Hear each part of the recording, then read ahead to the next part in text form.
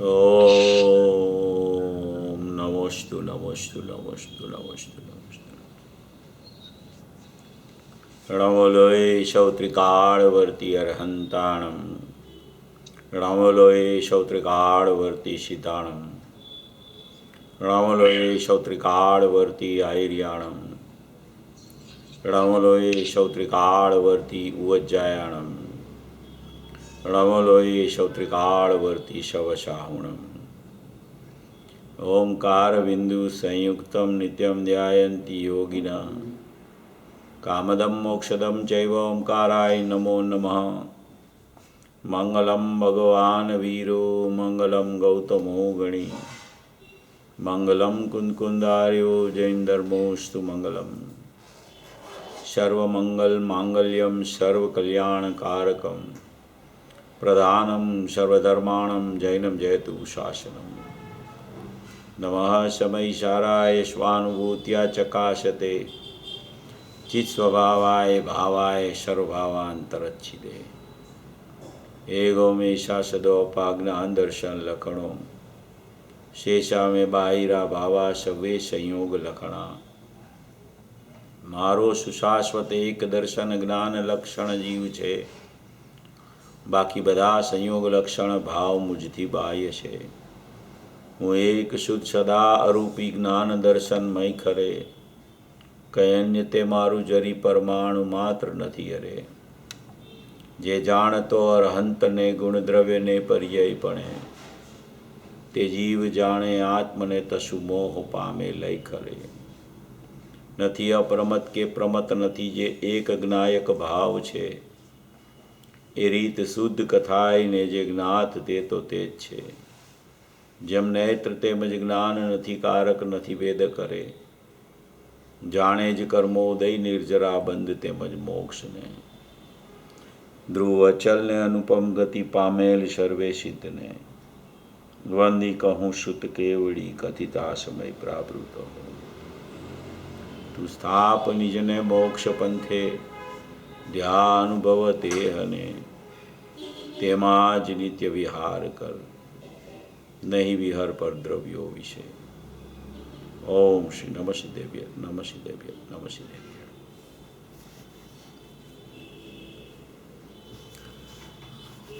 समयसार कलश टीका राजमल जी साहब द्वारा लिखी गई है, उसके ऊपर पूज्य गुरुदेव श्री का 216 नंबर का कलश के ऊपर जो प्रवचन है उसके ऊपर अपनी चर्चा चल रही है। प्रवचन नंबर 240 पूज्य गुरुदेव श्री का अक्षरस प्रवचन पूरा पढ़ के अपन ने चर्चा कर ली। अभी 241 नंबर का प्रवचन की चर्चा शुरू हो रही है। कलशामृत भाग 6 पेज नंबर 399 399 पेज पर ये प्रवचन अक्षरस छपा हुआ है, वहाँ से अपन शुरू करेंगे। बहुत सा विषय ये 216 नंबर का कलश का अपन ने देख लिया है, फिर भी नए नए बिंदु कोई न कोई इसमें आते ही रहते हैं।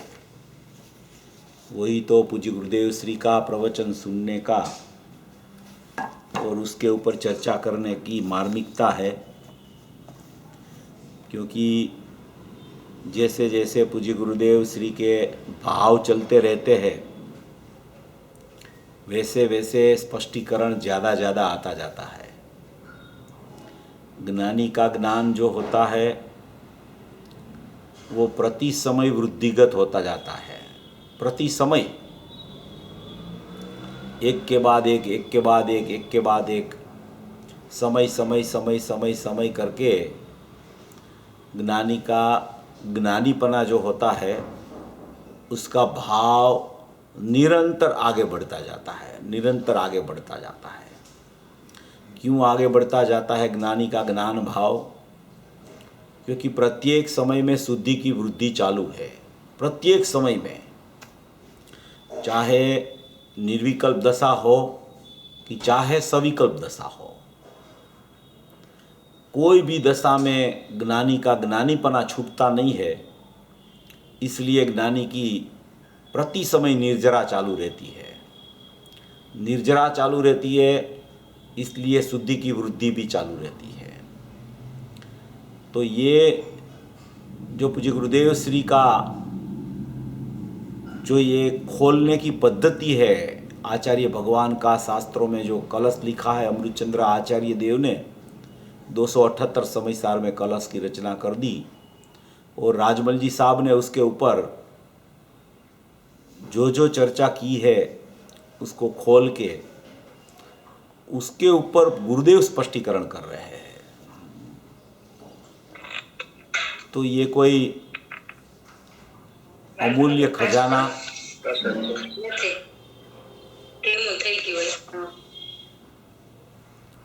अमूल्य खजाना, अनमोल खजाना अपने हाथ में लग गया है। जैसे कोई बाह्य में कोई बड़ा खजाना हाथ लग जाए ना,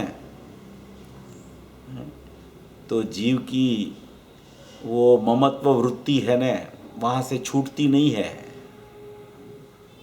ऐसे ये निर्ममत्व स्वभाव का भंडार, खजाना, अखूट खजाना, वो पूज्य गुरुदेव श्री के द्वारा अपने को ये मिल गया है।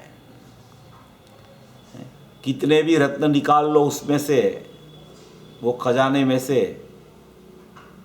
मगर वो रत्नाकर ऐसा ऐसा रहता है। 399 पेज के ऊपर अपनी चर्चा चलने वाली है, कलश टीका कलशामृत भाग 6 पे। तो ये बहुत पूज्य गुरुदेव श्री की स्पष्टीकरण की कोई ऐसी करुणा है जीवों के प्रति कि एक ने एक भाव हो, उसको अलग अलग अलग अलग अलग तरीके से स्पष्टीकरण करके सामने वाले जो जीव है, जो मिथ्या दृष्टि सुनने वाले हैं, वो त्वरित में कैसे सम्यक दृष्टि हो जाए, और कोई सम्यक दृष्टि भी बैठा बैठा सुन रहा हो तो उसको भी शुद्धि की वृद्धि चालू हो जाए। इसी को ये दिव्य ध्वनिवत ये पुरुष की वाणी जो खिर गई है, जैसे कि समोसरण उतर पड़ा हो यहाँ भरत क्षेत्र में, ऐसी कोई देशना पूज्य गुरुदेव श्री की अपने कानों में गूंजने लगी, अपने ज्ञान में जानने के लिए प्रवृत्तिशील होने लगी। तो ऐसी कोई ये रचना कलश टीका के प्रवचनों की है। पूज्य गुरुदेव श्री को कलश टीका जब से हाथ में आई ने, राजमल जी साहब की इतनी प्रिय थी कलश टीका उसको कि जब पहला शुरू किया था ना कलश टीका का प्रवचन, तो इतना मार्मिकता से भाव खोले थे वहां पूज्य गुरुदेव श्री ने, आश्चर्यचकित हो जावे जीव। इतना प्रिय था ये कलश टीका उसको। वो बोलते थे कि ये राजमल जी साहब तो अनुभव का रसिया है, बार बार बार अनुभव की बात ही लिखते रहते हैं, क्या पता इसको कितना अनुभव कितनी बार होता होगा, ऐसा बोलते थे गुरुदेव। पांडे राजमल धर्मी, जैन शासन के मर्मी, ऐसे अनुभव स्पर्शी वाणी है ये। जैसे अनुभवी पुरुष की जो देशना कीर्ति है ना, वो एकदम साक्षात अपना नायक भगवान को स्पर्श करके उसको निमित्त बना के वाणी का नैमित्तिक प्रकरण खुलता है। ऐसे ये प्रकरण पूरा जो कलश टीका का है, 215 और 216 कलश, बहुत अच्छे कलश, बहुत अच्छे कलश। और अकेला ज्ञान के अलावा कुछ दिखे ही नहीं इसमें। ज्ञान माने अपना स्वभाव, ज्ञान माने अपना भाव, ज्ञान माने अपना लक्षण, ज्ञान माने अपनी चेतना, ज्ञान माने अपना चैतन्य स्वरूप। उसी की ही चर्चा आती रहे इसमें।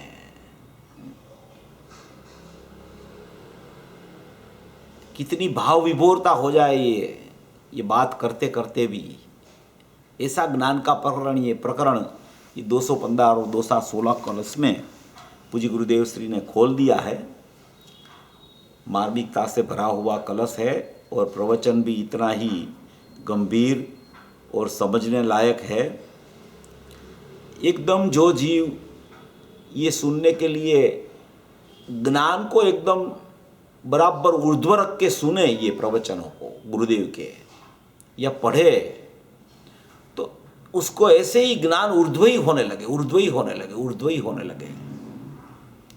वो पूरा सब ज्ञेयावलियों से व्यावृत हो जाए।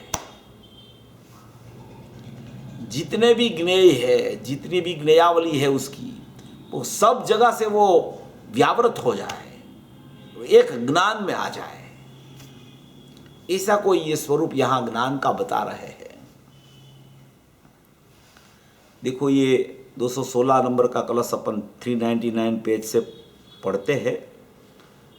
मेरे ख्याल से अपन ने पिछले वेडनेसडे को शुरू किया था कि नहीं, ख्याल है पहले से ही पढ़ लेते अपन, क्योंकि पिछले वेडनेसडे को अपन ने 316 गाथा का प्रकरण लिया था, वो ज्ञान प्रधान निश्चय और श्रद्धा प्रधान निश्चय वाला। वो भी बहुत अच्छा प्रकरण था, बहुत गंभीर प्रकरण था। वो सब लोगों ने वो प्रवचन सुन लिया होगा पूज्य गुरुदेव श्री का, नहीं सुना हो तो सुन लेना। 316 गाथा का प्रवचन था। तो ये कलश टीका 216 नंबर का भावार्थ है। पूज्य गुरुदेव श्री फरमाते हैं कि आखिरी में है न, थोड़ा सूक्ष्म विषय है, विषय थोड़ा सूक्ष्म है। सूक्ष्म है माने कि समझ में नहीं आए उसको सूक्ष्म नहीं बोला जाता। समझ में नहीं आए इसलिए कोई ज्ञानी इसका प्रतिपादन नहीं करते। सूक्ष्म कहते हैं ना, तो लोगों को लगता है ऐसा कि ये तो सूक्ष्म है, अपनी समझ में नहीं आएगा। तो कि ये इसलिए कह रहे हैं सूक्ष्म है कि तू बराबर ध्यान रख के तेरा ज्ञान को यहाँ बराबर माने कि कहीं न जाने दे के यहाँ ही उपयोग को अंतर्मुख एकाग्र करके ये शास्त्र में पढ़ने के लिए विचारधारा तेरी केळवणी करना। अगर तेरा उपयोग कहीं बाहर घूमता होगा तो ये सूक्ष्म बात है, वो तेरे उपयोग में पकड़ में नहीं आएगी। इसलिए पूज्य गुरुदेव श्री शुरुआत में ही बोल देते हैं, प्रवचन शुरू हो रहा है अभी, कि सूक्ष्म विषय है थोड़ा, कि एकाग्रता रखना, थोड़ा ध्यान रखना, थोड़ा समझ के सुनना और विचारधारा की एकाग्रता ये जो बात कहने में आ रही है उस पर रखना, तो तुझे समझ में आ जाएगा, तेरा उपयोग सूक्ष्म हो जाएगा। उपयोग की सूक्ष्मता किसको बोलते हैं मालूम है? उपयोग तो उपयोग ही होता है। उपयोग में कोई स्थूलता ने सूक्ष्मता ने वो नहीं होता है कुछ। उपयोग तो उपयोग ही रहता है, ज्ञान तो ज्ञान ही रहता है। ये विषय थोड़ा सूक्ष्म इसमें आने वाला है, इसलिए उपयोग सूक्ष्म करना, उसका अर्थ ये है कि जब तक बहिर्लक्षी ज्ञान चल रहा है, राग तरफ ज्ञान चल रहा है, संयोग की तरफ ज्ञान चल रहा है, दूसरी पर्यायों की तरफ ज्ञान चल रहा है, तब तक वो ज्ञान में स्थूलता है और वो ज्ञान वहाँ से छूटकर 5 इंद्रिय के विषय को छोड़कर, रागादि भाव रूप विकल्पों को छोड़कर अपने ज्ञान में ज्ञान आने का पुरुषार्थी बन जाता है। तो वो कितना भी विषय सूक्ष्म हो, वो उपयोग ज्ञान में आ जाता है, तो वो उपयोग को सूक्ष्म कहा जाता है। और वो उपयोग जब तक बाहर घूमता है तब तक वो स्थूल उपयोग कहा जाता है। तो जब विषय सूक्ष्म थोड़ा आता है तो ये उपयोग को ज़्यादा अपने ज्ञान को ज्ञान में रखकर अगर विचार किया जाए तो बात पकड़ में आ जाती है। ऐसा यहाँ गुरुदेव फरमा रहे हैं। थोड़ा सूक्ष्म विषय है, अनादि का अभ्यास नहीं है। अनादि का अभ्यास उसको ये से सूक्ष्म विषय का नहीं है, पर का अभ्यास है, इंद्रियों के विषय का अभ्यास है, बहिर्लक्षी ज्ञान उसका चल रहा है। इसलिए कहते हैं कि अनादि का अभ्यास नहीं, इसलिए नहीं है। और इसमें तो बात बहुत सूक्ष्म, अनादि का एक तो अभ्यास नहीं है और ये कलश में तो बहुत बात सूक्ष्म आती है। इसलिए विषय सूक्ष्म है तो उपयोग को सूक्ष्म करना पड़ेगा। आहा, भावार्थ है, भावार्थ है ना, गुरुदेव पूछ रहे भावार्थ है, डॉक्टर भावार्थ है। ये डॉक्टर माने कि जो बहुत बार गांगुली डॉक्टर जो थे कलकत्ता के होम्योपैथिक, वो भी पूज्य गुरुदेव श्री को देखने को भी आए थे सोनगढ़ में, और वो पूज्य गुरुदेव श्री के प्रवचन में भी बैठते थे, सुनते थे और प्रश्न भी कर लेते थे। तो ये डॉक्टर भावार्थ है। भावार्थ ऐसा है कि जैसे जीव द्रव्य चेतना सत्ता रूप है, क्या कहते हैं, जीव द्रव्य चेतना सत्ता रूप है। जीव द्रव्य में चेतना बसती है। चेतना माने कि दो प्रकार की चेतना आपने पहले लिया था अपन ने, दर्शन चेतना और ज्ञान चेतना। और दर्शन चेतना में भी और ज्ञान चेतना में भी त्रिकाल दर्शन चेतना, त्रिकाल ज्ञान चेतना, और एक वर्तमान दर्शन चेतना और वर्तमान ज्ञान चेतना। ऐसी दो प्रकार की दो जगह चेतनाएं चलती रहती है। एक अंदर में ध्रुव रूप चेतना रहती है और उसमें से ही एक अंश वर्तमान दर्शन चेतना और ज्ञान चेतना का उत्पाद रूप होता है। तो ये दो प्रकार की चेतना वाला ये एक जीव द्रव्य चेतना सत्ता रूप है। जीव द्रव्य में क्या होता है, तो कि जीव द्रव्य चेतन है तो जीव द्रव्य की चेतना होती है। वो चेतना दर्शन ज्ञान स्वरूप होती है, त्रिकाल और वर्तमान। क्या कहते हैं, यह भगवान आत्मा जो जीव है आत्मा, वो तो चेतना स्वरूप है। जो जीव आत्मा है वो कैसा है कि वो तो चेतना स्वरूप है। चेतना स्वरूप माने ज्ञान दर्शन में ही है। ज्ञान दर्शन माने त्रिकाल चेतना स्वरूप है, वो तो चेतना स्वरूप में है। और जानन देखन उसका स्वरूप है। जानन देखन स्वरूप है माने उसकी क्रिया भी जानने देखने की है, और उसका स्वरूप त्रिकाल देखो तो वो भी जानन देखन है, और क्रिया में भी जानना देखना चलता रहता है। इसलिए कहते हैं ये भगवान आत्मा जो जीव है आत्मा, वो तो चेतना स्वरूप से है, जानन देखन स्वरूप उसका है। आहा, उसका स्वरूप पर रूप नहीं है। देखो क्या कर रहे हैं, पर से पृथक चेतना को बता रहे हैं कि वो जो चेतना है वो पर रूप नहीं होती, वो संयोग रूप नहीं होती, दूसरी पर्याय रूप नहीं होती, राग रूप नहीं होती, मिथ्यात्व रूप नहीं होती। वो ज्ञान दर्शन में ही चेतना रहती है, स्वरूप से रहती है, इसलिए पर रूप नहीं होती, स्वरूप रहती है, ऐसा कहना चाहते हैं। उसका स्वरूप पर रूप नहीं और उसका स्वरूप राग द्वेष रूप नहीं। देखो, पर रूप नहीं माने शरीर रूप तो नहीं, पांच इंद्रिय रूप तो नहीं, बाह्य संयोग रूप तो नहीं, और उसके निमित्त से, शरीर के निमित्त से, बाह्य संयोग के निमित्त से जो अपनी बहिर्लक्षी पर्याय में राग द्वेष का परिणमन चलता है, उस रूप भी वो चेतना नहीं होती। देखो कितना स्पष्टीकरण गुरुदेव का आता है। उसका स्वरूप पर रूप तो नहीं और उसका स्वरूप राग द्वेष रूप भी नहीं। ये राग द्वेष रूप अपना ने अपना प्रमाण का द्रव्य में चलता है। अपना ने अपना प्रमाण का द्रव्य में माने कि एक ज्ञान दर्शन की पर्याय चेतना रूप है, और बाकी जो पर्याय है उसमें चारित्र की विपरीत पर्याय है, उसमें राग द्वेष का परिणमन चल रहा है। वो परिणमन चल रहा है वो शरीर के निमित्त से और संयोग के निमित्त से चल रहा है। वो निमित्त सापेक्ष वाला नैमित्तिक भाव है। वो निमित्त सापेक्ष वाला नैमित्तिक भाव भी यहाँ ज्ञान दर्शन चेतना है, उसमें तो मात्र जानना देखना चलता है। वो ज्ञान दर्शन चेतना उस रूप नहीं होती, राग द्वेष रूप नहीं होती, और शरीर और संयोग रूप भी नहीं होती। ऐसा यहाँ कहना चाहते हैं कि वो उसका स्वरूप पर रूप नहीं और उसका स्वरूप राग द्वेष रूप नहीं। भगवान अंदर चैतन्य स्वरूप जो आत्मा, वो तो चेतन जानन देखन स्वरूप उसका है। आत्मा चेतन स्वरूप है तो उसका स्वरूप भी कैसा होता है? आत्मा चैतन्य स्वरूप है तो उसका चेतना भी उसकी जानन देखन स्वरूप उसकी रहती है। दूसरे तरीके से अपन कहे तो ज्ञाता दृष्टा का स्वभाव सूर्य चैतन्य सूर्य है। देखो, ये ज्ञाता दृष्टा का स्वभाव सूर्य चैतन्य सूर्य। चैतन्य सूर्य माने जो ये सूर्य जड़ है उसमें से तो प्रकाश की किरणें निकलती रहती है। कितनी भी प्रकाश की किरणें माने कि ये जमीन पर आ जाए, पृथ्वी पर आ जाए, वो प्रकाशित कर दे पृथ्वी को, वो प्रकाश के माध्यम से पृथ्वी प्रकाशित होती है, ऐसा व्यवहार से कहने में आवे।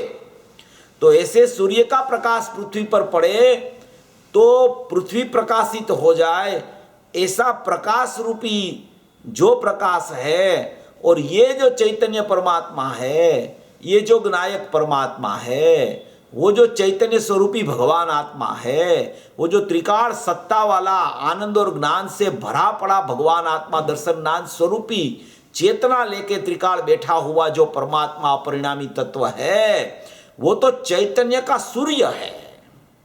चैतन्य का सूर्य है माने कि उसमें ठसो ठास दर्शन ज्ञान चेतना भरी पड़ी है। कोई प्रदेश उसका असंख्य प्रदेश में नहीं है कि जहां ज्ञान दर्शन चेतना व्यापक न हो। कोई गुण ऐसा नहीं है अनंत गुणों में कि जो गुणों में ये ज्ञान दर्शन चेतना व्याप्ति न हो। ऐसा कोई ये चैतन्य सूर्य परमात्मा है, ऐसा ये ज्ञायक भाव परमात्मा है, ऐसा जो टंकोत्कीर्ण तत्व परमात्मा है, भूतार स्वभावी परमात्मा है। उसमें से निकले तो चेतना का प्रवाह निकलता है, उसमें से राग द्वेष नहीं निकलता, क्योंकि उसमें है नहीं, वो उसमें भरी पड़ी है चेतना। तो निकले तो चेतना निकलती है। वो चैतन्य सूर्य है, ये भगवान आत्मा है, ये चैतन्य सूर्य है, माने कि पूरा चेतना से भरा पड़ा चैतन्य सूर्य है। चैतन्य सूर्य माने कि ऐसा चैतन्य सूर्य है कि ये सूर्य होता है न, वो तो शाम को डूब जाता है और सवेरे उसका उदय होता है। मगर ये चैतन्य सूर्य ऐसा है कि वो कभी अस्त ही नहीं होता, उसका प्रकाश निरंतर फैला हुआ रहता है, कभी अस्त नहीं होता। चाहे दिन हो चाहे रात हो, कोई भी समय हो, पर्याय का उत्पाद हो कि पर्याय का व्यय हो, वो चैतन्य सूर्य है। वो चैतन्य सूर्य हमेशा प्रकाशित रहता है। ऐसा ये चैतन्य सूर्य भगवान आत्मा मेरे देह देवड़ में देह से पृथक चैतन्य परमात्मा विद्यमान है। ऐसी मेरी ध्रुव सत्ता है, अखंड सत्ता है, नित्य सत्ता है, अविनाशी सत्ता है, एक रूप सत्ता है, अखंड सत्ता, अनादि अनंत सत्ता है। चैतन्य में से चैतन्य सूर्यपना कभी निकलता ही नहीं, कम ही नहीं होता, निकल ही नहीं सकता। ऐसा न ऐसा चैतन्य सूर्य रहता है। और जो किरणें निकलती है वो दर्शन ज्ञान की क्रिया रूप पर्याय भी निकलती है उसमें से।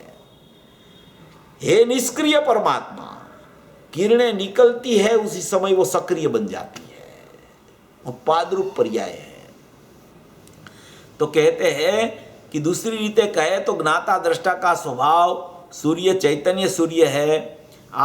जैसे पानी का पूर चलता है अंदर में पानी का पूर ऐसे चलता है, ऊर्ध्व प्रवाह। गुरुदेव कई बार बोलते हैं कि अंदर में जो एक ध्रुव प्रवाह चलता है ना, ध्रुव प्रवाह, चैतन्य का नूर का पूर, चैतन्य का ध्रुव प्रवाह, जैसे पानी का पूर चलता है वैसे चैतन्य का नूर का पूर ध्रुव प्रवाह चलता है अंदर में। वो ध्रुव प्रवाह ऐसा है कि वो अंदर में प्रवाहित है अपने स्वरूप और स्वभाव में, वो प्रवाहित होता हुआ, प्रवाहित रहता हुआ। ऐसा कोई पानी का प्रवाह तो ऐसे भी चलता है, मगर ये चैतन्य का प्रवाह तो ऐसे ही चलता है, ऊर्ध्व प्रवाह। ऊर्ध्व प्रवाह है, उसको बोला जाता है कि पानी का पूर चलता है, ऐसे अंदर में चेतना, जानना देखने का पूर स्वभाव उसका भरा पड़ा है। उसका पूर माने कि चैतन्य का नूर का पूर, माने कि ध्रुव का ध्रुव प्रवाह, माने कि शक्तिमय चैतन्यपना है। उसमें त्रिकाल ज्ञान दर्शन होने से, उसका त्रिकाल ज्ञान दर्शन में जानना देखना वर्तता होने से, वो चैतन्य का प्रवाह अंदर में वो प्रवाह रूप से वर्तता वर्तता वर्तता वर्तता वर्तता रहता है। देखो ये असंख्य प्रदेशी आत्मा है न, तो एक एक प्रदेश में अनंत गुण बसते हैं। तो सभी गुणों में, सभी गुण जहाँ एक एक प्रदेश में अनंत गुण बस रहे हैं, वो सभी गुणों में एक एक प्रदेश में चेतना का प्रवाह ध्रुव प्रवाह है। तो वो एक एक प्रदेश में अनंत गुण बसते हैं। तो पूरा जो चेतना का प्रवाह ध्रुव प्रवाह चैतन्य का नूर का पूर, वो पूरा व्यापक रूप से अनंत गुणों में बसता है। उसको कहा जाता है चैतन्य का नूर का पूर, चैतन्य का ध्रुव प्रवाह। ऐसी शाश्वत चीज, ऐसा टंकोत्कीर्ण स्वरूप, ऐसा ध्रुव परमात्मा, ऐसा अघटित घाट, ऐसा अखंड परमात्मा, उसको चैतन्य का नूर का पूर, उसमें पानी का पूर जैसे बहता है, ऐसे ये ध्रुव प्रवाह में ऊर्ध्व से चैतन्य का नूर का पूर चलता रहता है, नूर का पूर चलता रहता है। ऐसी वस्तु है, ऐसा स्वभाव है, ऐसा परिपूर्ण तत्व है, ऐसा माने कि अनुपम ऐसी चीज है कि उसकी कोई चीज से उसकी उपमा नहीं दी जा सकती। कोई चीज के साथ में ऐसी अनुपम चीज है, ये चीज ऐसी अनुपम है कि उसके जैसी कोई चीज नहीं जगत में, इसलिए कोई चीज को इसकी उपमा नहीं दी जा सकती। ऐसी अनुपम चीज है, ऐसा अनुपम परमात्मा है, ऐसा ध्रुव चैतन्य है। जैसे स्फटिक होता है ना, स्फटिक कितना क्रिस्टल क्लियर दिखता है स्फटिक, वो स्फटिक के सामने कोई भी चीज रख दो तो इतना निर्मल होता है, इतना निर्मल होता है, इतना स्वच्छ होता है। ऐसे ही पानी होता है, पानी की भी ऐसी स्वच्छता होती है कि कितने भी तारे हो आकाश में, वो जल के बिना नहीं रहते। इसी स्वच्छता है पानी की, स्फटिक की ऐसी स्वच्छता है। ऐसे ज्ञायक भाव भी स्वच्छत शक्ति से भरा पड़ा, ज्ञान दर्शन में स्वच्छता वाला चैतन्य परमात्मा, चैतन्य नूर का पूर्व अखंड परमात्मा, ध्रुव परमात्मा है। वो उसका ज्ञान दर्शन को कभी नहीं छोड़ता और ज्ञान दर्शन उसको कभी नहीं छोड़ता। ऐसा असंख्य प्रदेशी अनंत गुणात्मक एक ध्रुव धाम है। उसको यहाँ कहते हैं कि वो अंदर में जैसे पानी का पूर चलता है, ऐसे अंदर में चेतना जानन देखन का पूर्ण स्वभाव उसका भरा है, उसका भरा है, नया नहीं है कुछ। वो तो अनादि अनंत है, पुराण पुरुष है, अंदर में सब भरा पड़ा है, भरा पड़ा है, भरा पड़ा है। अखूट खजाना भरा पड़ा है, अक्षय खजाना भरा पड़ा है। उसका कभी क्षय नहीं होता, उसमें कुछ कमी नहीं होती। ऐसा अखूट और अक्षय परमात्मा है। जानन देखन का पूर्ण स्वभाव उसका भरा है। आहा, सूक्ष्म बात है, अनेक प्रकार से अभी तो बात चलती है, मगर ये बात तो कोई दूसरी टाइप की है, अलग टाइप की है। बहुत प्रकार की अभी तो बात चलती है, माने कि दूसरे संप्रदायों में, दूसरे जैन कहे जाते हुए जैनों में बहुत सी दूसरी बातें चलती है, मगर ये तो कोई दूसरी टाइप की बात है। ये तो ऐसा लगता है ना, ऐसी बात सुनते सुनते कि जैसे कोई जीव ये लोक में रहता है मगर दूसरे लोक में चला गया हो ना, ये बात सुनता है तो ऐसा लगता है, क्योंकि ये चैतन्य लोक की चर्चा है, ये लौकिक लोक की चर्चा नहीं है, ये चैतन्य लोक है। अंदर में अनंत गुण वाला चैतन्य लोक, उसकी चर्चा है ये। इसलिए ये दूसरी टाइप की चर्चा है। ये तुमने अनादि से सुनी है ना, बाहर में अभी भी जिसकी चलती है ना, ऐसी बात ये नहीं है। ये तो अंदर की बातें हैं। गुरुदेव तो बहुत बार बोलते हैं, ये सब अंदर की बात है, ये सब अंदर की बात है।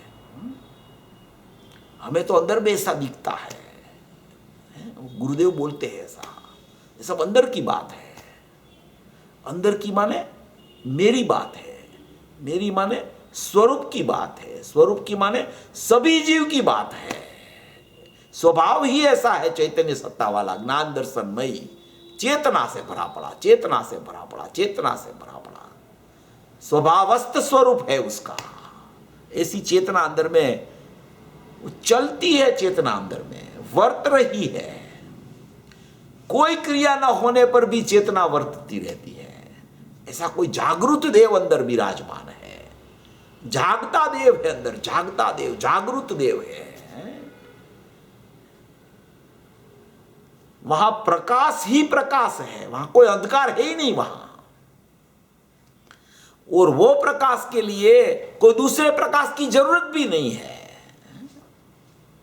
कि ज्ञान की पर्याय उसका प्रकाश करे तब वो प्रकाश प्रकाशित हुआ, ऐसा कहने में आए तो कि भैया एक समय वाली ज्ञान की पर्याय का अंश है, ऐसे अनंत अंश तो अंदर एक ज्ञान गुण में भरे पड़े हुए हैं। और ऐसा एक चैतन्य साम्राज्य लेके बैठा हुआ ये ध्रुव भगवान आत्मा है, उसको प्रसिद्ध करने के लिए तू पर्याय की सापेक्षता क्यों लगा रहा है? ये तो निरपेक्ष तत्व है, महातत्व है, वो तो अपने में अपने से प्रसिद्ध है। उसको कोई प्रसिद्ध करे तब वो प्रसिद्ध होता है क्या? वो तो अपने पे अपने से प्रसिद्ध ही रहता है, जाज्वल्यमान तत्व है, चैतन्य स्वरूपी भगवान आत्मा है। ऐसा कहते हैं कि अभी तो अनेक प्रकार से अभी तो बात चलती है, मगर यह बात तो कोई दूसरे टाइप की है, ये बात तो कोई अलग टाइप की है। क्योंकि हम तो वहाँ, गुरुदेव कहते हम तो वहाँ विदेश से आए, कोई दूसरा भाव तो बीच में हुआ नहीं हमारा। तो विदेश क्षेत्र में तो सिमंदर भगवान की देशना में यही बात चल रही थी। और जैसे कुनकुन आचार्य 8 दिन रहे, वो तो भरत से आए वहां 8 दिन रहने के लिए।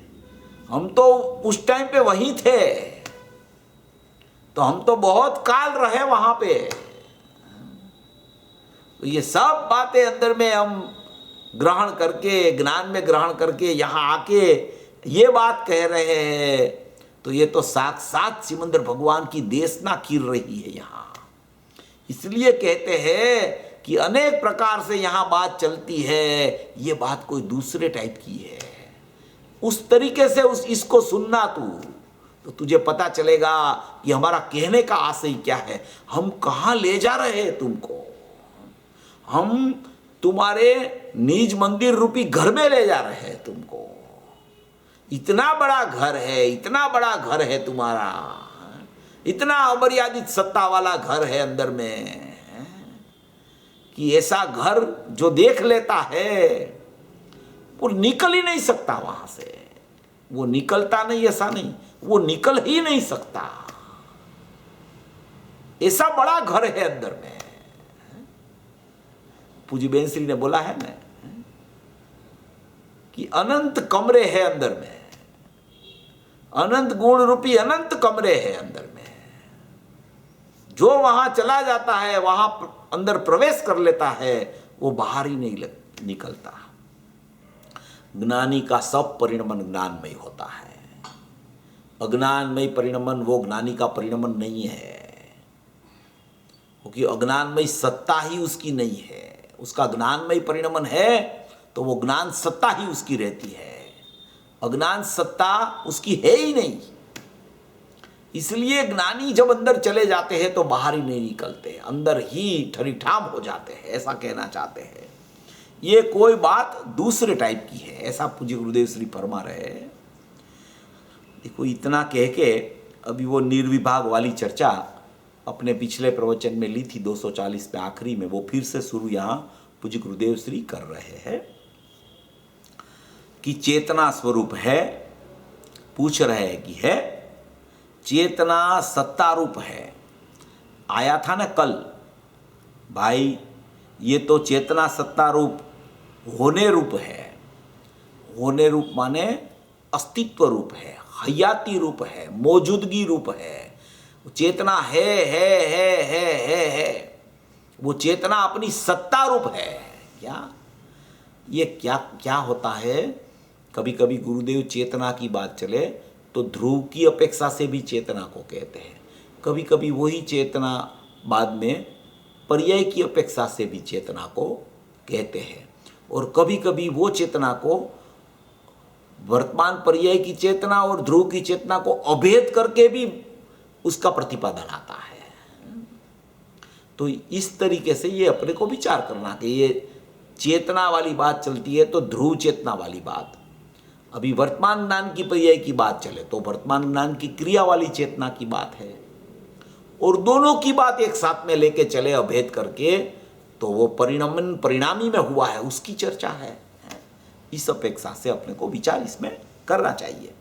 तो कहते हैं चेतना सत्ता रूप है। आया था ना कल, भैया ये तो चेतना सत्ता रूप होने रूप है।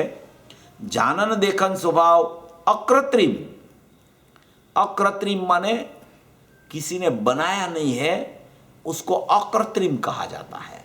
कृत्रिम माने वो किसी ने बनाया है, कुछ नया उत्पन्न हुआ है, वो था नहीं, पहले नहीं था, अभी हुआ है। जैसे अपन जिनबिंब बनाते हैं ना, जिनबिंब जो है वो मार्बल का पीस लेके उसमें से वो उसको टांकड़ा में से वो है तो टंकोत किरण, मगर टांकड़ा से उसको उसके अंग उपांग काट काट काट काट के बना लेते हैं ना जो जिनबिंब, तो वो तो कृत्रिम प्रतिमा है, कृत्रिम बनाई है। ऐसे अकृत्रिम जिन चैताली भी है जो किसी ने बनाए नहीं है। अकृत्रिम जिन चैत्यालय ऐसे भी है। अभी अपने यहां जो स्थापना निक्षेप से स्थापना की जाती है वो तो सब कृत्रिम प्रतिमाएं हैं, वो तो नई बनी है। ऐसी प्रतिमाएं अकृत्रिम चैत्यालय हैं, वहां अकृत्रिम प्रतिमाएं हैं। ऐसा अपना स्वभाव अकृत्रिम है, किसी ने बनाया नहीं है, उसको कोई बना नहीं सकता, ये अनादि अनंत है। जितनी जीव राशि जगत में होती है वो जीव राशि में से एक भी जीव राशि कम होती नहीं और एक भी बढ़ती नहीं। इसलिए जीव कभी उत्पन्न नहीं होता, जीव का कभी नाश नहीं होता। अकृत्रिम स्वरूप है चैतन्य परमात्मा, उसको किसी ने बनाया नहीं है। जानन देखन स्वभाव अकृत्रिम, अणकरेल माने कि किसी ने उसको बनाया किया नहीं है। अनादि अनंत, पहले जैसा था वैसा ही अनंत काल तक रहने वाला है। अनादि से जैसा है वैसा ही अनंत काल रहने वाला है। वर्तमान में तू देखता है वैसा ही अनादि से है, वर्तमान में तू देखता है वैसा ही अनंत काल तक रहने वाला है। उसका नाम अनादि अनंत है। कितने विशेषण से उसको नवाज रहे हैं, उसको बाहर ला रहे हैं, उसकी महिमा कर रहे हैं पूज्य गुरुदेव श्री। जानन देखन स्वभाव अकृत्रिम, अणकरेल, अनादि अनंत, चेतना सत्ता स्वरूप वस्तु है। चेतना सत्ता स्वरूप वस्तु है। वस्तु की चर्चा है, ये त्रिकाली द्रव्य की चर्चा है, क्योंकि ये किसी ने बनाया नहीं। जानन देखन स्वभाव किसी ने किया नहीं, उसको अनादि अनंत है, चेतना सत्ता स्वरूप वस्तु है। आहा, वो निर्विभाग है। क्या कहते हैं? वो चेतना स्वरूप भगवान आत्मा भी निर्विभाग है। अपन ने पिछले वेडनेसडे को या उससे पहले लिया था कि एक निर्विभाग चेतना त्रिकाली द्रव्यों को कही जाती है और एक निर्विभाग चेतना ज्ञान की पर्याय को भी कही जाती है। क्योंकि ज्ञान की पर्याय का कोई अंश वो चेतना में से निकल के पर तरफ नहीं जाता और ज्ञान की पर्याय की चेतना का कोई अंश द्रव्य तरफ नहीं जाता। उसमें ज्ञान की पर्याय में खंड नहीं पड़ते कभी, इसलिए वो अखंडित चेतना पर्याय में भी रहती है। और ये अखंडित चेतना ध्रुव में भी जानन देखन रूप चेतना अनादि अनंत स्वभाव अपना जैसा अनादि से है वैसा वर्तमान में है, वैसा अनंत काल रहेगा। जब तू देख, जब तू जाग तब सवेरा है। जब तू जाग तब सवेरा। मगर ये जागता ही नहीं है, ये अंधकार में ही पड़ा है, इसका प्रकाश ही उदित नहीं होता। उदित है फिर भी स्वीकार नहीं करता, ऐसा कहते हैं। देखो, ये जानन देखन स्वभाव अकृत्रिम अण करेल अनादि अनंत चेतना सत्ता स्वरूप वस्तु है। वो निर्विभाग है।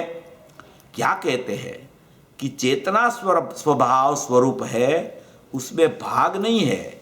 चेतना स्वरूप, चेतना स्वभाव स्वरूप है, उसमें भाग नहीं, वो निर्विभाग है। भाग नहीं उसमें होता कि चेतना सत्ता अपने में भी रहे और थोड़ी चेतना सत्ता पर में भी चली जाए। ये शरीर वाणी मन तो जड़ धूड़ है, उसमें भी थोड़ी चेतना जाए और अपने में भी थोड़ी रहे, ऐसी चेतना भाग रूप होती नहीं, वो तो निर्विभाग चेतना है। अपने में रहकर, अपनी सत्ता में रहकर, अपने को और पर को अपनी सत्ता में रहकर जानती है, मगर वो निर्विभाग है, उसमें कोई भाग नहीं है। देखो, इसमें दो प्रकार की चेतना की चर्चा ये पैराग्राफ में आती है। ऊपर चर्चा आई है वो त्रिकाली निर्विभाग चेतना की चर्चा है, और वो पर में नहीं जाती चेतना, वो चेतना अपने में रह के अपने को और पर को जाने, वो चेतना है, वो ज्ञान की पर्याय की चेतना की बात है। ये बार बार बोलते नहीं गुरुदेव सब, ये अपनी समझ में आना चाहिए कि यहाँ कौन सी चर्चा की, कौन सी चेतना की चर्चा कर रहे हैं। देखो, ये बता रहा हूं आपको, चेतना सत्ता स्वरूप वस्तु है, वो निर्विभाग है। क्या कहते हैं, चेतना स्वभाव स्वरूप है, उसमें भाग नहीं है, वो निर्विभाग है। ये तो स्वरूप की बात है, स्वभाव की बात है। भाग नहीं पड़ता कि चेतना सत्ता अपने में भी रहे और थोड़ी चेतना सत्ता पर में भी जाए। ये भाग नहीं पड़ता कि चेतना सत्ता अपने में भी रहे और थोड़ी चेतना सत्ता पर में भी जाए। ये एक बात। ये शरीर वाणी मन तो जड़ धूड़ है, उसमें भी थोड़ी चेतना चली जाए और अपने में भी रहे, ऐसी चेतना भाग रूप नहीं है। तो ये ज्ञान चेतना, ये ज्ञान की पर्याय की चेतना की चर्चा कर रहे हैं अभी। जो ऊपर चैतन्य का नूर का पूर लिया था ने, ऊपर जो पहले पैराग्राफ में जो पानी का पूर चलता है, ऐसे अंदर में चेतना जानन देखन का नूर का पूर स्वभाव उसका भरा पड़ा है। वो नूर का पूर ऐसे चलता चलता चलता चलता चलता चेतना ही उत्पाद रूप होती है, चेतना ही उत्पाद रूप होती है, वो चेतना ही उत्पाद रूप होती है। वो ज्ञान की क्रिया की चेतना और ये स्वभाव की चेतना, उसको दोनों को अभेद से देखो तो वो परिणामी है। और जो चेतना शरीर तरफ नहीं जाती, ऐसा कहने में आता है, वो ज्ञान की पर्याय की चर्चा है। ये स्वभाव स्वरूप चेतना, वो त्रिकाल की चर्चा है।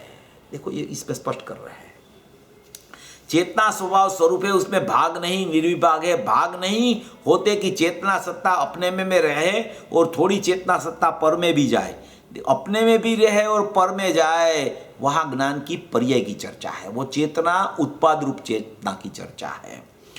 ये शरीर वाणी मन तो जड़ धूड़ है, उसमें भी थोड़ी चेतना जाए और अपने में भी रहे, ऐसी चेतना भाग रूपे नहीं, वो तो निर्विभाग है। अपने में रहकर, अपनी सत्ता में रहकर, देखो यहां से पता चलता है कि ये ज्ञान की पर्याय की चर्चा है। अपने में रहकर, अपनी सत्ता में रहकर, अपने को और पर को अपनी सत्ता में रहकर जानती है, वो भी निर्विभाग है, उसमें कोई भाग नहीं है। जानती है माने क्या, अपने में रहकर, अपने को माने त्रिकाली द्रव्य को, पर को माने कि शरीर देह मन वाणी को, अपने में रहकर वो चेतना ज्ञान की पर्याय, अपने में रहकर, अपने को माने त्रिकाली द्रव्य को, शरीर देह मन वाणी पर को, सबको दोनों को ज्ञान की पर्याय, ज्ञान की पर्याय में रहकर अपने चेतना माने त्रिकाली द्रव्य को भी जानती है और ये पर को भी जानती है। वो कह रहे कि अपने को और पर को अपनी सत्ता में रहकर जानती है, वो भी निर्विभाग है, उसमें कोई भाग नहीं है। रही को जानती है, वो भी निर्विभाग है। वो भी निर्विभाग है माने त्रिकाली द्रव्य तो निर्विभाग है, मगर उसकी ज्ञान की पर्याय की चेतना भी निर्विभाग है। देखो ये गुरुदेव है, इसलिए अपन इसको गुरुदेव कहते हैं। देखो इसमें ऐसे शब्द आ जाते हैं, ये भी क्यों लगाया, क्योंकि पर्याय सिद्ध करनी है। चेतना सत्ता स्वभाव स्वरूप क्यों बताया, द्रव्य सिद्ध करना है। और अखंड चेतना से देखो तो ये उसका ही परिणमन ज्ञान रूप चलता रहता है, सब अखंड है, उसमें विभाग उसमें भी नहीं है, क्योंकि वो ज्ञान की पर्याय का विभाग ज्ञायक से कथनचित अनन्य नियम से रहता है। अगर ज्ञान की पर्याय ऐसे पृथक हो जाए ज्ञायक से, तो ज्ञान में जानना ही न रहे और ज्ञायक भी न रहे। ये तो उसका ज्ञान क्रिया स्वभावभूत होती ही है, मगर यहाँ ज्ञान की चेतना को त्रिकाल भी अलग करके बता रहे हैं और ज्ञान की पर्याय को भी अलग करके बता रहे हैं। ये प्रवचन में ये बात है, क्योंकि वो ज्ञान की पर्याय ज्ञायक रूप भी नहीं होती और ज्ञान की पर्याय पर रूप भी नहीं होती। अपने में रहकर अपने से ज्ञायक कैसा है वो भी जान लेती है, पर कैसा है वो भी जान लेती है। वो पूरा एक ज्ञान का लक्षण रूप प्रकार में जानना चलता है, ऐसा यहाँ सिद्ध कर रहे हैं। ये ज्ञान होता है ना, ये ज्ञान की इतनी महिमा है, वर्तमान ज्ञान की भी इतनी महिमा है कि वो ज्ञान का स्वरूप ऐसा है। ये जो परिशिष्ट में आता है ना, परिशिष्ट जो चालू अपने को भी उसमें देखना है, करेंगे स्वाध्याय उसका भी, वो परिशिष्ट में आता है। वो 14 कलश आए हैं ना, उसमें ज्ञान का तत् अतत् रूपपना, ज्ञान का एक अनेक रूपपना, ज्ञान का सत असतपना, ज्ञान का नित्य अनित्यपना।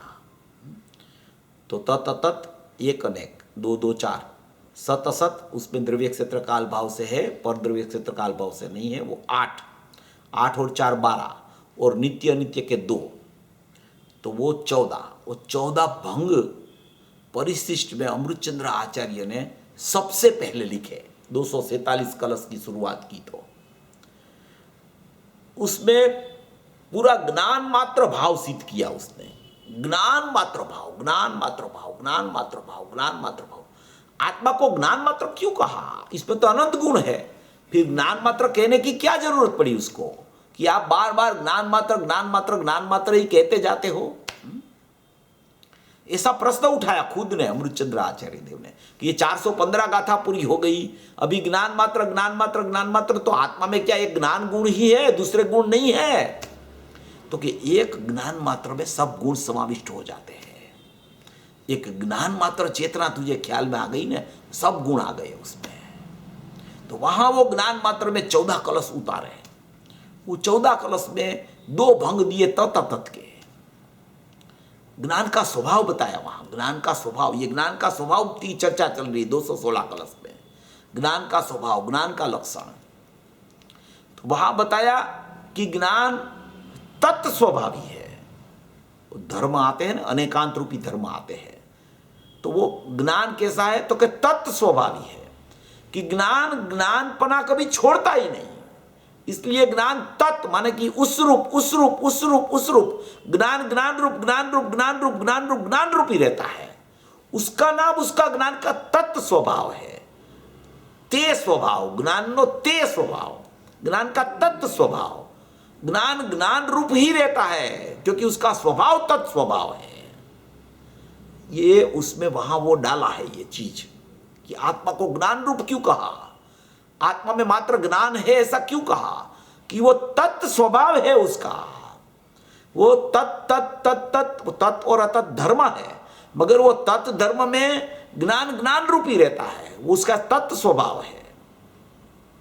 दूसरा भंग दिया अतत् स्वभाव है ज्ञान का, तो कि अतत् स्वभाव का अर्थ क्या, एक ही ज्ञान में है ये, एक ही ज्ञान में ये दोनों तत् अतत्पना विरुद्ध भाव होने पर भी एक ही ज्ञान में रहते हैं। वो तत् का मतलब ज्ञान ज्ञान रूप है, उसका नाम तत्, और अतत् का मतलब कि ज्ञान कभी अतत् स्वभाव भी उसका होने से वो कभी ज्ञेय रूप नहीं होता, उसका नाम अतत् स्वभाव है उसका। ज्ञान का तत्स्वभाव ज्ञान ज्ञान रूप रहता है, ज्ञान ज्ञानपना छोड़ता नहीं। ज्ञान का अतत स्वभाव ज्ञान कभी ज्ञेय रूप होता नहीं, क्योंकि ज्ञान में अततपना है, दूसरे रूप नहीं होता। ज्ञान ज्ञान रूप रहे वो तत्स्वभाव, अतत माने ज्ञेय रूप न होवे उसका नाम अतत स्वभाव। एक ही ज्ञान में ये व्यवस्था है, एक ही ज्ञान में ये 14 भंग उतारते हैं। तत् अतत उसमें ज्ञान सिद्ध कर रहे हैं, ज्ञान स्वभाव सिद्ध कर रहे हैं।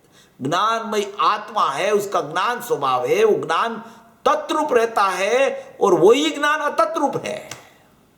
कि ज्ञान ज्ञान रूप रहता है वो तत्स्वभाव है, ज्ञान ज्ञेय रूप नहीं होता वो उसका अतत रूप स्वभाव है। एक ही ज्ञान में ये दोनों धर्म चलते रहते हैं, एक भी धर्म को आप उसमें से निकाल नहीं सकते कि अपन ऐसा ही रखो ना कि ज्ञान ज्ञान रूप ही है, ज्ञेय रूप नहीं है, वो कहने की क्या जरूरत है। तो क्या भैया वस्तु की व्यवस्था ऐसी है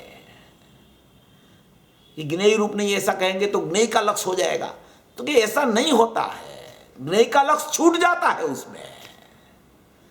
ज्ञान का तत्स्वभाव समझता है तो ज्ञान ख्याल में आता है, ज्ञान का अतत स्वभाव समझता है तो माने कि ज्ञेय रूप ज्ञान होता ही नहीं, इसलिए ज्ञान ज्ञान रूप ही रहता है, तो ज्ञान ज्ञान में ही रहता है, ऐसा ख्याल में आ जाता है। उसका नाम ये ज्ञान चेतना है, उसका नाम ज्ञान का लक्षण का ज्ञान रूप परिणमन है। ऐसी सत्ता बता रहे हैं यहां। दूसरी बात देखो, यही ज्ञान में दूसरी बात, एक तो होते हैं निमित्त भूत ज्ञेय आकार होते हैं। क्या होता है? निमित्त भूत ज्ञेयाकार। कोई निमित्त है नहीं, ये निमित्त है, ये निमित्त है, बाहर में है, तो ये निमित्त है, तो ये निमित्त भूत ज्ञेयाकार। निमित्त यहां है, उसका जो आकार है वो उसका ज्ञेय का आकार है, ये ज्ञेय है, और वो निमित्त भूत ज्ञेय आकार है। तो वो निमित्त के साथ होने रूप से, भूत माने होने रूप, होने रूप से वो ज्ञेयाकार निमित्त में ही है, तो निमित्त भूत ज्ञेयाकार बोला जाता है। इसको क्या बोला जाता है? निमित्त भूत ज्ञेयाकार। तो वो सब ज्ञेय में ज्ञेय का है, ज्ञान को कुछ संबंध उससे नहीं है, निमित्त भूत ज्ञेयाकार एक बात। और यहां नैमित्तिक भूत ज्ञेयाकार, क्या कहते हैं? नैमित्तिक भूत ज्ञेयाकार। नैमित्तिक भूत ज्ञेयाकार का मतलब क्या? कि प्रत्येक समय में ज्ञान ज्ञेयाकार होता है, ज्ञेयाकार प्रत्येक समय में होता है, ज्ञान ज्ञानाकार रूप ज्ञेयाकार होता है। अपने को जाना है लक्षण, लक्षण में, मगर ये सिद्ध, लक्षण सिद्ध कैसे होता है, लक्षण सिद्ध कैसे होता है?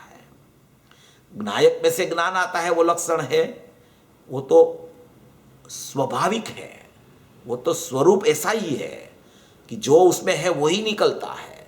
चैतन्य सूर्य है तो चैतन्य सूर्य में से चेतना ही निकलती है, वो जड़ सूर्य है तो उसमें सूर्य का ही प्रकाश निकलता है। ऐसे चैतन्य ज्ञायक भाव है, उसमें से चेतना ही निकलती है। मगर दूसरी बात, ये तो अंदर की स्वाभाविक बात। अभी दूसरी बात, ये नैमित्तिक भूत ज्ञेयाकार, और नैमित्तिक भूत ज्ञेयाकार जैसे है निमित्त भूत ज्ञेयाकार, पर में निमित्त भूत ज्ञेयाकार, निमित्त रूप निमित्त भूत ज्ञेयाकार जो है, ऐसा पदार्थ कोई ज्ञेय है, ऐसे यहां ज्ञान में नैमित्तिक भूत ज्ञेयाकार। नैमित्तिक भूत ज्ञेयाकार माने क्या? कि यहां नैमित्तिक भूत ज्ञेयाकार अपने से होता है, मगर वो नैमित्तिक भूत ज्ञेयाकार जो है वो कैसा है? तो कि जैसा निमित्त है वैसा ही है, इसलिए निमित्त की सापेक्षता से उसको यहाँ नैमित्तिक भूत ज्ञेयाकार बोला जाता है। ये नैमित्तिक भूत ज्ञेयाकार को निमित्त भूत ज्ञेयाकार के साथ बिल्कुल संबंध नहीं है, वो पृथक पृथक है, दोनों कोई संबंध होता ही नहीं, उसको बिल्कुल संबंध नहीं होता, क्योंकि ये चेतन और वो जड़, वो जड़ और ये चेतन। तो कि आप सब संबंध छुड़ा रहे हो चेतन और जड़ का, जानने का संबंध तो रखो, सब संबंध हम छोड़ देते हैं, कर्ता कर्म, निमित्त नैमित्तिक, कारण कार्य, व्यापक सब छोड़ देते हैं, मगर उसको ज्ञाता ज्ञेय का संबंध तो रखो।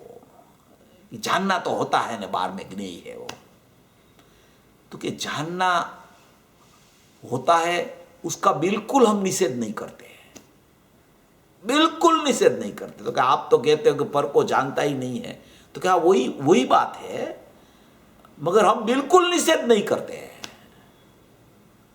हम बता रहे हैं कि वो कैसे होता है जानना। बाहर में ज्ञेय में निमित्त भूत ज्ञेयाकार है, यहां नैमित्तिक भूत ज्ञेयाकार का उत्पाद हुआ है, वो ज्ञेयाकार ज्ञान बना है, वैसा ही बार में निमित्त भूत ज्ञेयाकार है। ये निमित्त भूत ज्ञेयाकार, ये नैमित्तिक भूत ज्ञेयाकार शब्द प्रवचन सार में आया है। ज्ञान अधिकार पढ़ना आप 192 गाथा में, उसमें निमित्त भूत और नैमित्तिक भूत ज्ञेयाकार का प्रकरण लिया है आचार्य भगवान ने। तो ये नैमित्तिक भूत ज्ञेयाकार है। अभी वो नैमित्तिक भूत ज्ञेयाकार है ना, वो नैमित्तिक भूत ज्ञेयाकार में वो ज्ञान की उपाधि है। वो नैमित्तिक भूत ज्ञेयाकार है, क्या है? ज्ञान की उपाधि है। वो ज्ञान की उपाधि क्यों है? क्यों ज्ञान की उपाधि कही उसको? क्योंकि वो प्रत्येक समय में नैमित्तिक भूत ज्ञेयाकार नया नया होता है, इसलिए वो ज्ञान की उपाधि है। और ज्ञान प्रत्येक समय में वही रहता है, जानना जानना जानना जानना जानना, इसलिए ज्ञान लक्षण है। और वहां जो नैमित्तिक भूत ज्ञेयाकार होता है वही ज्ञान में वो प्रत्येक समय में नया होता है, पलटता रहता है, पलटता रहता है, पलटता रहता है। यहां जैसे नैमित्तिक भूत ज्ञेयाकार होता है वैसा ही बार में निमित्त भूत ज्ञेयाकार होता है। और वो नैमित्तिक भूत ज्ञेयाकार पलटता है, वैसे ही ये ज्ञेय पलटता है बार में। और ज्ञान लक्षण जो है, जो यहां चेतना कहते हैं, वो प्रत्येक समय में जानने रूप रहती है। वो नैमित्तिक भूत ज्ञेयाकार को भी जानती है और निमित्त भूत ज्ञेयाकार को भी जानती है, अपने में रह के। ना कभी वो नैमित्तिक भूत ज्ञेयाकार रूप होती है, ना कभी वो निमित्त भूत ज्ञेयाकार रूप होती है। ऐसी चेतना का यहां वर्णन कर रहे आचार्य भगवान और राजमल जी साहब और गुरुदेव, क्योंकि वो चेतना अंदर से निकल के आई है, ज्ञान चेतना। और ये नैमित्तिक भूत ज्ञेयाकार नया हुआ है, ये नैमित्तिक भूत ज्ञेयाकार सापेक्ष है। और ये ज्ञान लक्षण है वो निरपेक्ष है। क्योंकि वो क्यों निरपेक्ष है? क्योंकि उसमें जानना चलता है। ये नैमित्तिक भूत ज्ञेयाकार क्यों सापेक्ष है? कि बाहर में जैसा निमित्त भूत ज्ञेयाकार है ऐसा ही नैमित्तिक भूत ज्ञेयाकार यहां बना है, इसलिए वो ज्ञेय की सापेक्षता से उसको नैमित्तिक भूत ज्ञेयाकार कहा जाता है। उसी समय, जिस समय निमित्त भूत ज्ञेयाकार और जिस समय नैमित्तिक भूत ज्ञेयाकार है, उसी समय ज्ञान लक्षण यहां रहता है। और वो ज्ञान लक्षण की ये उपाधि है। ये उपाधि कब छूटती है? कि ये ज्ञान लक्षण ख्याल में आता है तो कहा जाता है कि नैमित्तिक भूत ज्ञेयाकार का तिरोभाव हो गया और ये ज्ञान लक्षण सामान्य ज्ञान का आविर्भाव हो गया। उसको ज्ञान लक्षण बोला जाता है, उसको चेतना कही जाती है। बहुत लोग के प्रश्न है कि आप ज्ञान ज्ञान ज्ञान ज्ञान कह रहे हो, हमें ज्ञान ही ख्याल में पकड़ में नहीं आता। तो ये विधि है उसकी पकड़ने की। उसको इस विधि से आप सोचो, ज्ञायक भाव में से ज्ञान लक्षण निकला है। ज्ञान लक्षण स्वभाव है, चेतना है। नैमित्तिक भूत ज्ञेयाकार वहां हुआ, वो सचमुच में वो ज्ञान की उपाधि है। और यहां निमित्त भूत ज्ञेय है, निमित्त भूत ज्ञेयाकार है, वो तो पर चीज है, वो तो पृथक चीज है, वो तो बाहर की चीज है, वो तो बिल्कुल उनके साथ संबंध होता ही नहीं इसको। फिर भी संबंध क्यों कहा जाता है? कि यहां जैसा नैमित्तिक भूत ज्ञेयाकार बना ज्ञान में उपाधि रूप, ये स्वाभाविक नहीं है। नैमित्तिक भूत ज्ञेयाकार ज्ञान तो स्वाभाविक लक्षण है। नैमित्तिक भूत ज्ञेयाकार स्वाभाविक होता ना तो दूसरे समय वो दूसरा नहीं हो जाता। दूसरे समय ज्ञान तो ज्ञान लक्षण रूप रहता है, नैमित्तिक नहीं भूत ज्ञेयाकार पलटता है, इसलिए वो लक्षण नहीं है, इसलिए वो उपाधि है। इसलिए वो ज्ञान लक्षण में नहीं है, वो नैमित्तिक बुद्ध ज्ञेयाकार, क्योंकि पलटता है। ज्ञान लक्षण हमेशा ज्ञान ज्ञान ज्ञान रहता है। देखो ये सब ऐसे वेद ज्ञान की चर्चा है सब है? कुछ न कुछ बातें ऐसी होती है कि अपन पढ़ते हैं ना तो नया नया नया भाव आता रहता है, इसमें से नया नया भाव आता रहता है, निकलता ही रहता है कुछ न कुछ। गुरुदेव इतना स्पष्ट कर गए हैं, इतना स्पष्टीकरण किया है गुरुदेव ने कि गुरुदेव को सर्वांगी समझना चाहिए। कोई एक पहलू को लेके कोई जीव बैठ जाए तो उसको सम्यकता की प्राप्ति नहीं हो सकती। पहले सर्वांगी समझ लो, फिर मूल पे आ जाओ। ऐसी कोई ये वेद ज्ञान की बहुत उत्कृष्ट चर्चा इसमें भरी पड़ी है। चेतन, उसमें त्रिकाल चेतना, उसकी प्रकट होती हुई वर्तमान चेतना, उसमें नैमित्तिक बुद्ध ज्ञेयाकार और ये निमित्त बुद्ध ज्ञेयाकार पृथक है। इसमें पूरा वेद ज्ञान पड़ा है। लक्षण कैसे पकड़ना उसकी चर्चा है। अपने को तो चेतना सिद्ध करनी है, उसमें कोई विभाग नहीं है, वो सिद्ध करना है कि वो विभाग जो ज्ञेयाकार ज्ञान हुआ, जो नैमित्तिक बुद्ध ज्ञेयाकार हुआ, वो ज्ञान चेतना का विभाग नहीं है वो, क्योंकि वो सापेक्ष है। होता है ज्ञान में वो नैमित्तिक बुद्ध ज्ञेयाकार ज्ञान, मगर वो पलटता है। प्रत्येक समय में नया नया होता है, जैसा ज्ञेय है ऐसा ही ज्ञान होता है। इसलिए वो नैमित्तिक बुद्ध ज्ञेयाकार निमित्त बुद्ध ज्ञेयाकार की सापेक्षता वाला होने से वो ज्ञान लक्षण है, उसके साथ वो कभी अभेद नहीं हो सकता। ऐसे ज्ञान लक्षण ख्याल में आता है। वो ज्ञान लक्षण निर्विभाग चेतना वाला है। वो निर्विभाग चेतना लक्षण रूप ज्ञान ज्ञान ज्ञान ज्ञान ज्ञान रूप रहती है और वो प्रवाह अंदर से आता है। ये नैमित्तिक बुद्ध ज्ञेयाकार नया प्रकट होता है, निमित्त सापेक्ष वाला। ऐसी कोई ये चर्चा है, आगे का आगे देखें, अगले वेडनेसडे को देखेंगे। बहुत अच्छा प्रकरण है ये। ऐसा स्वरूप समझकर सभी भवी जीव अपना ज्ञान लक्षण से अपना ज्ञायक भाव को प्रकट करें, ऐसी मंगल भावना। ये बहुत સરસ એઝ યુઝ્યુઅલ નવી નવી વાતો જાણવા મળે છે ને. તમે આજે 14 મંગની બી થોડી સમજાવી તો અમને હમણાં પણ થોડો ફાયદો થશે. મારું ચાલી રહ્યા છે પ્રવચનો, એટલે વેરી નાઇસ. આ નિમિત્ત ભૂતનું શબ્દ પહેલા સાંભળેલો, નૈમિત્તિક ભૂત અને નિમિત્ત ભૂત, પણ આજે બહુ ક્લેરિટી થોડી વધી ગઈ. એની હવે જેમને પણ પ્રશ્નો હોય તે અનમ્યુટ કરીને. ચેતનભાઈ, તમે અહીંયા આગળ ગુરુદેવ કહે છે કે નૂર નું પૂર ને પ્રવાહ ને, એટલે એ કારણશુદ્ધ પર્યાય આપણે કહી શકાય. હા, ત્રિકાળ જ્ઞાન ચેતના, ત્રિકાળ દર્શન ચેતના એ કારણશુદ્ધ પર્યાય પણ કહી શકાય ને. એ બે એક જ વાત છે. કારણશુદ્ધ પર્યાય કયો કે ધ્રુવના ચૈતન્યનું નૂરનું પૂર, ધ્રુવ પ્રવાહ, કાંઈ પણ કયો એ કારણશુદ્ધ પર્યાયમાં લઈ શકાય એને.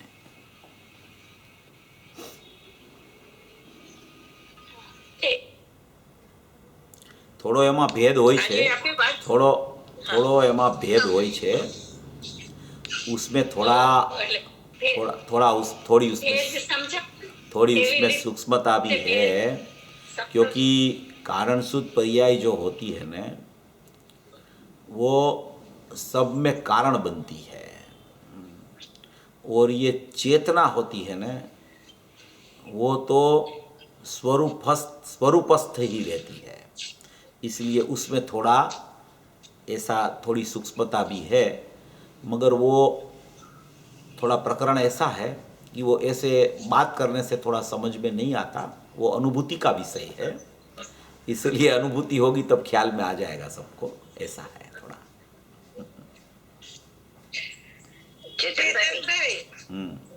અરુણાબેન લ્યો, પછી ગીતાબેન લ્યો. ઓકે ચેતનભાઈ, એક જ ટૂંકી વાત પૂછવી છે. આપે કીધું ને કે કર્તા કર્મનું અનન્યપણું, એ ચૈતન્યનું અનન્યપણું એટલે એમાં સમ્યક દર્શન કે બધા જીવને હોય જ, અને એ બધાને હોય જ ને. ચૈતન્યનું જ્ઞાનનું પૂર જે કનેક્ટેડ છે સ્વભાવને જ્ઞાનની પર્યાય વચ્ચે, એ તો બધાને હોય જ અનન્યપણું, રાઈટ? दरेक जीव को ये ज्ञान की पर्याय का परिणमन और ज्ञायक भाव का, ध्रुव का, चैतन्य का, नूर का पूर्व, वहाँ से जो ज्ञान की पर्याय का उपयोग निकल रहा है, वो राइट। कर्ता कर्म का अनन्यपना उसको नहीं बोला जाता, उसको उसको कथनचित अभिन्नपना बोला जाता है, और उसको स्वाभाविक अनन्यपना भी बोला जाता है, क्योंकि वो ज्ञान की पर्याय भी आत्मा का एक लक्षण रूप स्वभाव है। इसलिए उसको ज्ञान क्रिया भी स्वभावभूत होने से उसका निषेध नहीं हो सकता। उस अपेक्षा से उसको अनन्यपना भी कहा जाता है। कर्ता कर्म की बात नहीं है वहाँ, वहाँ अनन्यपने की बात है। ऐसा પણ ચેતના એ ખાલી અનુભૂતિ વખતે જ એ अनुभूति વસ્તુ के possible છે, right? अनुभूति के काल में तो होता ही है, मगर वो પણ નથી। नवीन भाई आप पूछ रहे हो कि ये अनुभूति के टाइम में होता है। ये ऐसा है, अनुभूति के काल में तो होता है, मगर जिसको ऐसा ख्याल में आ जाता है ना, उसको अनुभूति हो जाती है। अनुभूति के पहले भी, अनुभूति के पहले भी उसका स्वरूप और उसका स्वभाव ही ऐसा है कि वो ज्ञान कभी अनन्यपना कभी छोड़ता नहीं, और ज्ञान कभी अनन्यपना ज्ञायक के साथ छोड़ता नहीं, और ज्ञान में कभी ज्ञायक आता नहीं, और ज्ञायक में कभी ज्ञान होता नहीं। मगर ज्ञान से देखो तो अनन्यपना छूटता नहीं, ज्ञायक से देखो तो वो उत्पाद वाली पर्याय ज्ञायक में है नहीं। ऐसी कोई ये मूल बात अनन्य रूप की है। जब ज्ञान की अपन ज्ञान से चर्चा करते हैं तो वो अनन्य है ज्ञायक से, ज्ञायक से चर्चा करते हैं तो वो ध्रुव है, इसलिए उसमें वो उत्पाद भी नहीं है। ऐसा एक अभेदपना है, अनन्य रूप अभेदपना है। ये अभी अपना वो बोल आएगा ना सिद्धांतों की सर्वाणी में कि एक ज्ञायक का दो रूप होता है एक समय में, उसमें अपन खोलेंगे उसको, ये चीज को थोड़ा ज्यादा खोलेंगे इसको। मगर ये चीज को समझ में आता है ना, उसको अनुभूति हो जाती है। ऐसा Good. हाँ गीताबेन। हाँ जी, मारे तो એટલું પૂછવું હતું કે हम जब त्रिकाली द्रव्य की अपरिणामी रूप अपरिणामी है ऐसा बोलते हैं, और त्रिकाल उसमें सब गुणों का जो परिणमन हो रहा है, जिसको हम कारण शुद्ध पर्याय बोलते हैं, जो उत्पाद व्यय रहित है, ऐसे कारण शुद्ध पर्याय। और त्रिकाल में तो अंदर शून्य नहीं है, अंदर तो त्रिकाल परिणमन गुणों का चल ही रहा है, लेकिन वो परिणाम व्यक्त नहीं है, इसलिए हम द्रव्य को अपरिणामी कहते हैं। ऐसा मेरा समझना हुआ है, तो वो सच है कि गलत है? परिणमन शब्द जो आप बोल रहे हो, वो परिणमन में कोई क्रिया आपका अभिप्राय में नहीं है तो वो बात बराबर है। मगर कोई अंदर में गुणों का परिणमन की क्रिया हो रही है, वो निष्क्रिय परमात्मा में, ऐसा अगर आप सोचते हो तो वो क्रिया नहीं होती अंदर। परिणमन का मतलब ऐसा है कि सदृश परिणमन, सदृश परिणमन शब्द गुरुदेव ने भी यूज किया है, मगर वो सदृश परिणमन का मतलब ये है कि ऐसा न ऐसा स्वरूप है। परिणमन माने स्वभाव, परिणमन माने अभेदता, परिणमन माने कि व्यापकता, उसको परिणमन बोला जाता है। सदृश परिणमन भी बोला जाता है उसको, तो वो स्वभाव कहा जाता है। मगर परिणमन शब्द ऐसा है ना कि परिणमन बोलते हैं ना तो सबको ऐसा ही लगता है कि ये तो ज्ञान की पर्याय अंदर चली गई, ये परिणामी द्रव्य हो गया, इसलिए परिणमन शब्द उसमें यूज किया नहीं जाता। इसलिए अपन उसको ज्ञान का उपयोग और दर्शन का उपयोग नायक के साथ में वर्त रहा है, वर्त रहा है। वो क्रिया हो रही है, परिणमन हो रहा है ऐसा नहीं, मगर वर्त रहा है। तो वर्त रहा है, उससे क्या होता है कि वो क्रिया निकल जाती है, क्रिया का विचार नहीं आता। मगर जिसके विचार में, जिसके अभिप्राय में ऐसा नहीं है कि ये पर्यायों की क्रिया की मैं बात कर रहा हूं, मगर परिणमन शब्द बोले तो परिणमन शब्द से कोई अंदर क्रिया चालू नहीं हो जाती, वो अभिप्राय का काम है उसमें। ऐसा अभिप्राय सही है बराबर। तो ये बात बराबर है बहुत अच्छा। कि क्रिया नहीं है अंदर में, बस वही वही उसमें बताना है ऐसा। બરાબર. હા, બીજા કોઈને પ્રશ્ન નથી. હું એક પૂછું છું કે આજે તમે જે અને નિમિત્ત અને નૈમિતિક, તો અત્યારે આપણે નિમિત્ત બહારની વાત લેતા હતા પૃથક, પછી નૈમિતિક અંદરની વાત લીધી, પણ એ પણ ત્યારે તો જ્ઞાનાકાર જ્ઞાનાકાર જે થયા છે એ નૈમિતિક પરિણમન છે. તો પછી જ્યારે જ્ઞાયકનું જે અત્યારે બહાર નિમિત્ત છે પણ અંદરનું નિમિત્ત જ્ઞાનમાં આવે એ કેવી રીતે આવશે?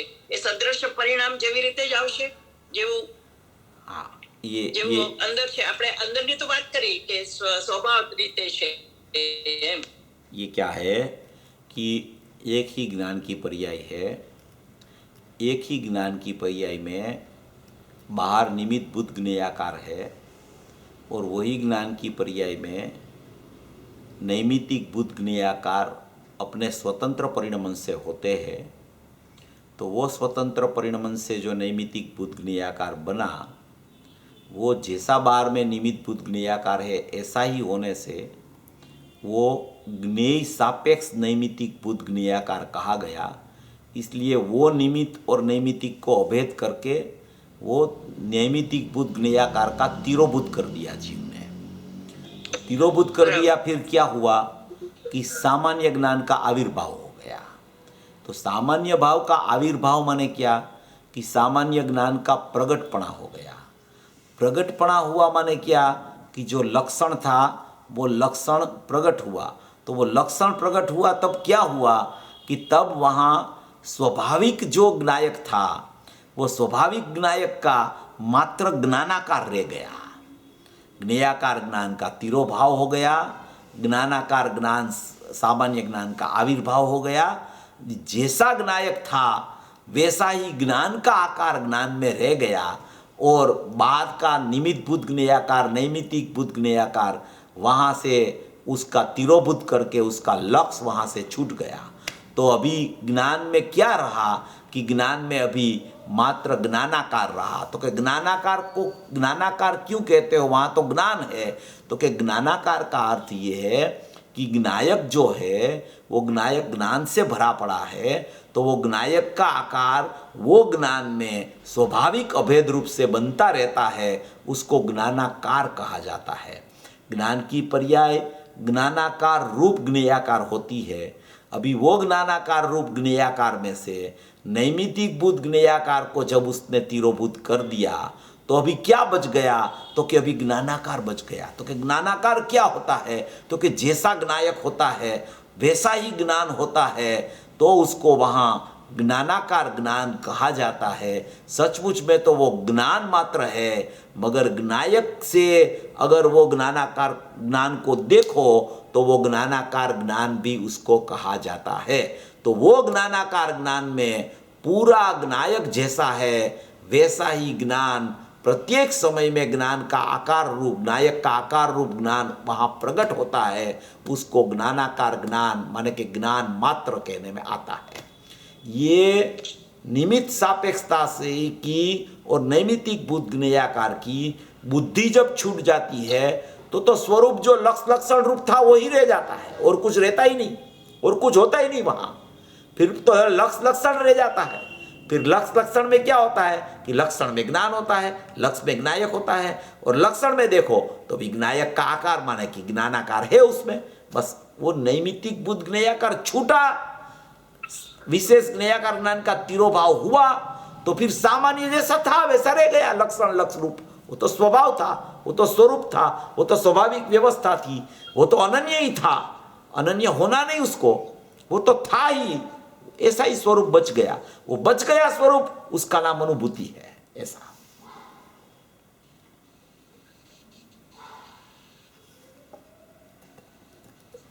સરસ. મારું જરાક ઇન્ટરનેટ મારો નહોતું આવતું. નહીં, બહુ સરસ.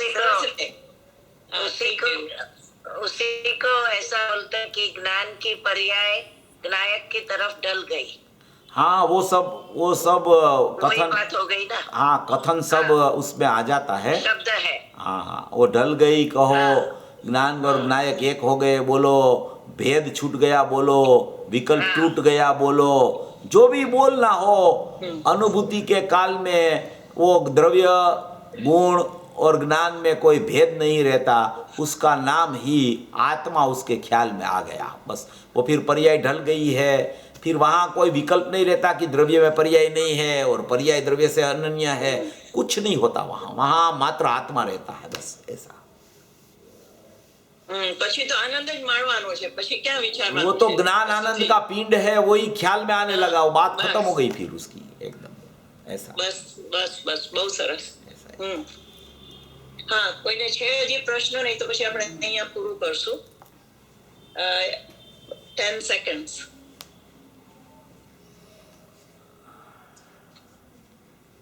સરસ સમજી અન્ડરસ્ટેન્ડ પ્રોપર લદાસ પણ બહુ આવી ગયું છે. આપણે અહીંયા પૂરું કરીએ છીએ. આપ લઈ લો. અહોપકાર જીનવરનો કુંદનો ધ્વનિ દિવ્યનો, જીન કુંદ ધ્વનિ આપ્યા, અહો આ ગુરુ કહાનનો, જીન કુંદ ધ્વનિ આપ્યા, અહો આ ગુરુ રાજનો, જાવાણી કે જ્ઞાન સે સુજે લોકાલોક, સોવાણી મસ્તક નમો સદા દ્વેત ઊંડો. નવવાર નમસ્કાર મંત્ર.